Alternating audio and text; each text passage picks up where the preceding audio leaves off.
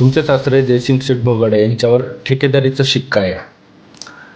त्यांनी दरम्यानच्या काळात माजी आमदार दिलीप मोहितेंची साथ सोडून आमदार बाबाजी काळे यांच्या गोटात सामील झाले. ही तालुकाभर चर्चा सुरू झाली. या चर्चेकडे तुम्ही कसं पाहता? 30 वर्षापूर्वी स्वबळावर निर्माण झालेला हा व्यवसाय आहे. तर तेव्हा कोण होते?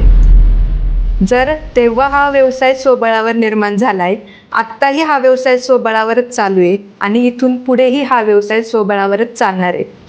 जसं की तुम्ही आता म्हणालात बाबाजी काळेंकडे का सामील झालात, तर एका गावासाठी 1 वर्षामध्ये एवढा निधी येतोय, तर पुढे काय होईल? विकासाची गंगा आपल्या तालुक्यात वाहिल्याशिवाय राहणार नाही असं मला खरंच वाटतं. विरोधकांकडून आरोप होतोय की आमदारांनी 1 रुपयाचा निधी आणला नाही आणि तुम्ही तर सांगताय विकासाची गंगा आली वर्षभरात. ती कशी काय तुम्हाला दिसली आहे का? तुम्ही म्हणतायत की आमदार बाबाजी काळेंनी विधिमंडळात पाणी प्रश्न मांडला, पण यापूर्वीच्या आमदारांनी पण खूपदा खरं तर विधिमंडळात हा प्रश्न मांडला, तो सुटला नाही. तुम्हाला माहिती आहे कळमडीचा पाणी प्रश्न काय? या दोन्हीपैकी कुठलीही योजना असेल त्यामार्फत मी माझ्या या गावांसाठी पाणी आणणार म्हणजे आणणार आणि त्यासाठी पहिल्या दिवसापासून मी कटिबद्ध राहणार. जनशक्ती विरुद्ध धनशक्ती हा मुद्दा छेडला जातोय विरोधकांकडून.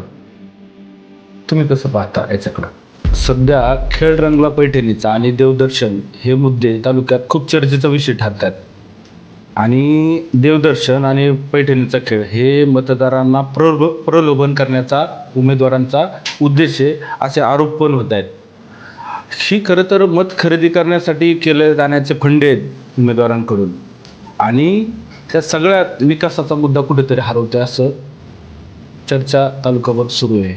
तुम्हाला वाटतं हे खरं आहे? निवडणूक आहे म्हणून नाही, तर इथून मागेही धार्मिक कार्य करत आले, इथून पुढेही धार्मिक कार्य करणार आणि जे काही माझ्या माता बहिणींना लागेल ते सर्व मी देणार.